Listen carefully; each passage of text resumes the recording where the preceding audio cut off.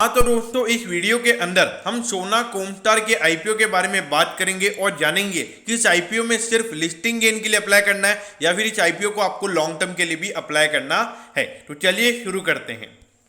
तो देखिए, सबसे पहले अगर हम यहाँ पे इनकॉर्पोरेशन की बात करें तो 1995 में ये कंपनी इनकॉर्पोरेट हुई थी, यानी कि 26 ईयर्स यहाँ पे कंपनी को मार्केट में हो चुके हैं। अब देखिए, सोना कोमस्टार इस कंपनी का पहले नाम था, फिर उसके बाद 3-4 साल पहले भी कंपनी ने अपने नाम को रीनेम करके सोना BLW प्रिसीजन फॉर्जिंग कर दिया है।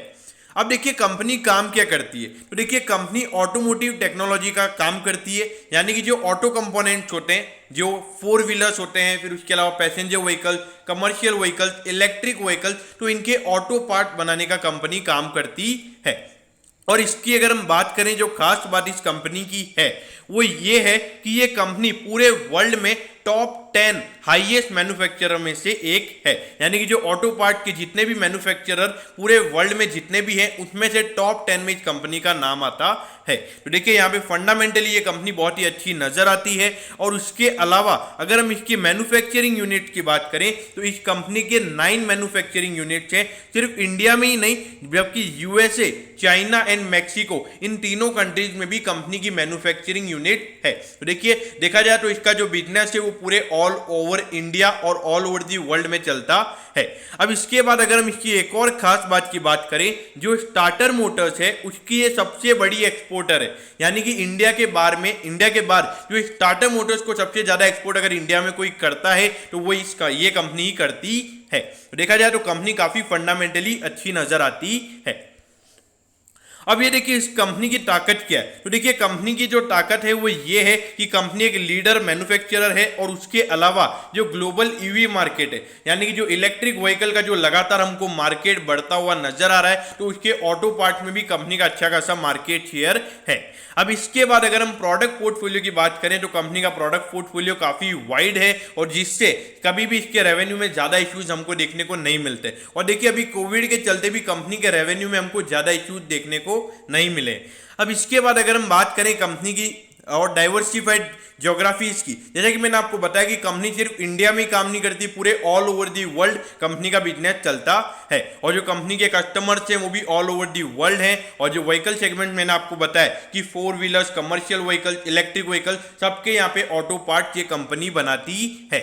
और कंपनी का जो R&D है, लगातार जो नई नई चीजें यहाँ पे ये कंपनी लाती रहती है, तो उससे भी यहाँ पे कंपनी को बहुत फायदा होता है और मार्केट शेयर भी अच्छा गेन होता है। अगर फाइनेंशियल परफॉर्मेंस की बात करें तो पिछले कुछ 5 से 4 साल से लगातार कंपनी अच्छा परफॉर्म करती हुई नजर आ रही है और जो इसके मेन शेयर होल्डर्स हैं उनको अच्छे रिटर्न भी इस कंपनी से मिले हैं। अब देखिए अगर हम कंपनी ये इश्यू क्यों लेकर आई है, मतलब ये आईपीओ लेकर कंपनी क्या करेगी, जो पैसा यहाँ पर रेस कर रही है, तो जो कंपनी की छोटी मोटी बोरिंग्स है उसको यहाँ पे कंपनी पे करेगी और उसके अलावा जो जनरल कॉर्पोरेट पर्पजेज होते हैं उसके लिए यहाँ पर ये कंपनी आईपीओ लेकर आई है। अब यहां पर अगर हम फाइनेंशियल्स की बात करें तो ये देखिए 2018 के बाद लगातार आपको ये रेवेन्यू बढ़ता हुआ नजर आ रहा है। देखिए पिछले साल अगर आप देखोगे जो कंपनी का रेवेन्यू था उसके बाद देखिए 1043 करोड़ का कंपनी का रेवेन्यू पिछले साल था और अभी 9 महीने में कंपनी का 1029 करोड़ का रेवेन्यू हो गया। तो देखिए अगर आप देखोगे तो ये 9 महीने का परफॉर्मेंस कितना है, तो अगर आप देखोगे अराउंड 1400 से 1500 करोड़ का रेवेन्यू कंपनी का इस पूरे फाइनेंशियल ईयर में हो सकता है। तो देखिए कंपनी ने कोविड होते हुए भी यहाँ पे कंपनी के परफॉर्मेंस में हमको कोई भी डिक्लाइन देखने को नहीं मिला है। और अगर हम प्रॉफिटेबिलिटी की बात करें तो देखिए 18, 19, 20 तीनों साल यहाँ पे कंपनी की प्रॉफिटेबिलिटी बढ़ी है। ऑल्दो यहाँ पे अगर देखा जाए तो 9 महीने की प्रॉफिटेबिलिटी यहाँ पर कम है क्योंकि कोविड के चलते यहाँ पे जो कंपनी के एक्सपेंसेस हैं वो बढ़ते हुए नजर आए हैं, जिससे यहाँ पे कंपनी का जो मार्जिन परसेंटेज है वो हमको गिरता हुआ नजर आया है। लेकिन देखिए कंपनी के रेवेन्यू में कोई भी इशू नहीं है, जो एक पॉजिटिव इंडिकेशन है। अब इस आईपीओ के बारे में बात करते हैं तो देखिए 14 जून को ये आईपीओ ओपन हो रहा है और उसी दिन श्याम मेटालिक का आईपीओ भी ओपन होगा। अब इसके बाद अगर हम प्राइस बैंड की बात करें तो 285 से 291 का इसका प्राइस बैंड है। तो रिटेल इन्वेस्टर ये मान के चलिए कि 291 रुपीज एक शेयर का उनको देना है।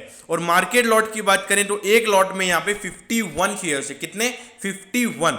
अब इसके बाद अगर हम इश्यू साइज की बात करें तो इश्यू साइज यहाँ पे 5550 करोड़ का है। तो देखिए यहाँ पे बहुत बड़ा आईपीओ है और जिसमें से 300 करोड़ यहाँ पे कंपनी फ्रेश इशू कर रही है, मतलब जो कंपनी को जो डेट चुकाना है वो इन 300 करोड़ से चुकाएगी और जो कंपनी की वर्किंग कैपिटल रिक्वायरमेंट है वो इन 300 करोड़ से वो कंपनी को पूरा करेगी।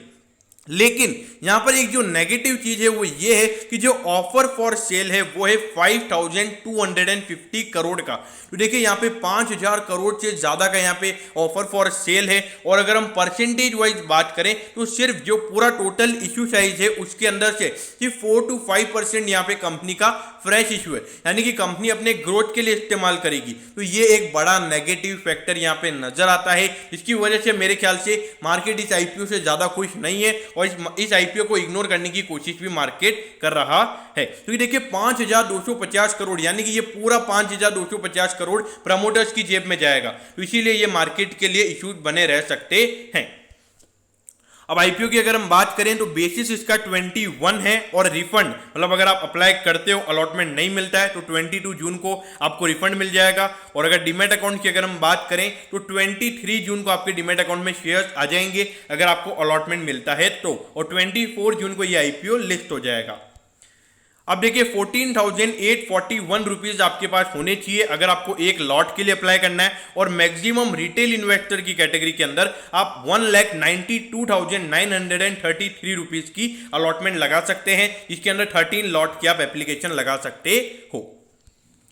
अब अगर हम वैल्यूएशन की बात करें तो 7.06 का यहाँ पे कंपनी का अर्निंग पर शेयर है। लेकिन देखिए अभी आपको पता होना चाहिए कि यहाँ पे जो कंपनी का अर्निंग पर शेयर है वो अभी हमको बढ़ता हुआ नजर आएगा और जनवरी से मार्च वाले कंपनी के रिजल्ट नहीं आए हैं। मेरे ख्याल से वो रिजल्ट यहाँ पे कंपनी के अच्छे आएंगे। तो प्राइस टू अर्निंग रेशियो यहाँ पे 40-41 टाइम्स निकल कर आता है। और यहाँ पे जो कंपनी का रिटर्न ऑन इक्विटी वो काफी अच्छा है, क्योंकि 30% का यहाँ पर अगर आरओई है तो मार्केट इसे थोड़ा पॉजिटिव वे में ले सकता है। अगर हम नेट एसेट वैल्यू की बात करें तो 23.07 का यहाँ पे कंपनी का नेट एसेट वैल्यू है।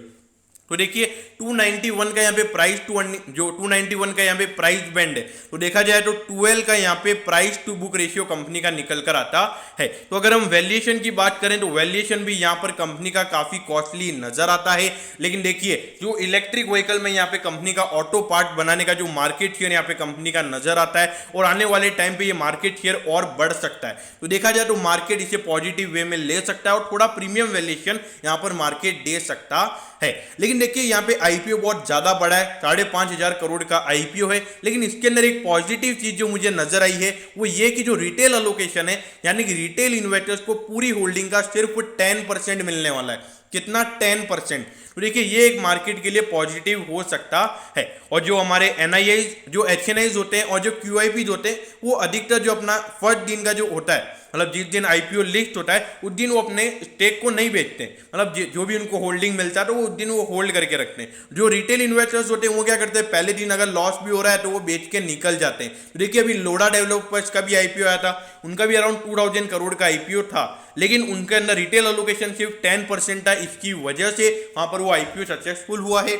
और बारबेक्यू नेशन की भी अगर हम बात करें तो वहां पर भी सेम चीजें हमको देखने को मिली है। तो देखिए यहाँ पे जितने भी लोग अगर लिस्टिंग गेन के लिए अप्लाई करना चाहते हैं तो लिस्टिंग गेन के लिए इस आईपीओ को अवॉइड कीजिए। लेकिन जो यहाँ पे लॉन्ग टर्म इन्वेस्टर्स हैं जो बिलीव करते हैं कि आने वाले टाइम पे इलेक्ट्रिक व्हीकल का मार्केट अच्छा खासा बढ़ता हुआ नजर आएगा, तो ये कंपनी यहाँ पे अच्छी नजर आती है। तो इलेक्ट्रिक व्हीकल के अंदर जो लोग यहाँ पे बिलीव करते हैं वो यहाँ पे जरूर इसमें अप्लाई करें। देखिए लिस्टिंग गेन थोड़ा सा यहाँ पे कम होगा, लेकिन जो हमको ग्लैंड फार्मा हो गया, बारबेक्यू नेशन हो गया, लोडा डेवलपर्स हो गया, जिनके आईपीओ लिस्ट होते ही हमको अच्छे खासे बढ़ते हुए नजर आए थे, वैसी सिचुएशन मुझे यहां पर नजर आती है। दोस्तों मैं होप करता हूं कि आपको सोना कोमस्टार के आईपीओ के बारे में सब कुछ पता चल गया होगा। अगर आपकी कोई भी क्वेरीज है तो आप कमेंट कीजिए, मैं जरूर आपके कमेंट पर रिप्लाई करूंगा। ओके दोस्तों, thank you, have a nice day.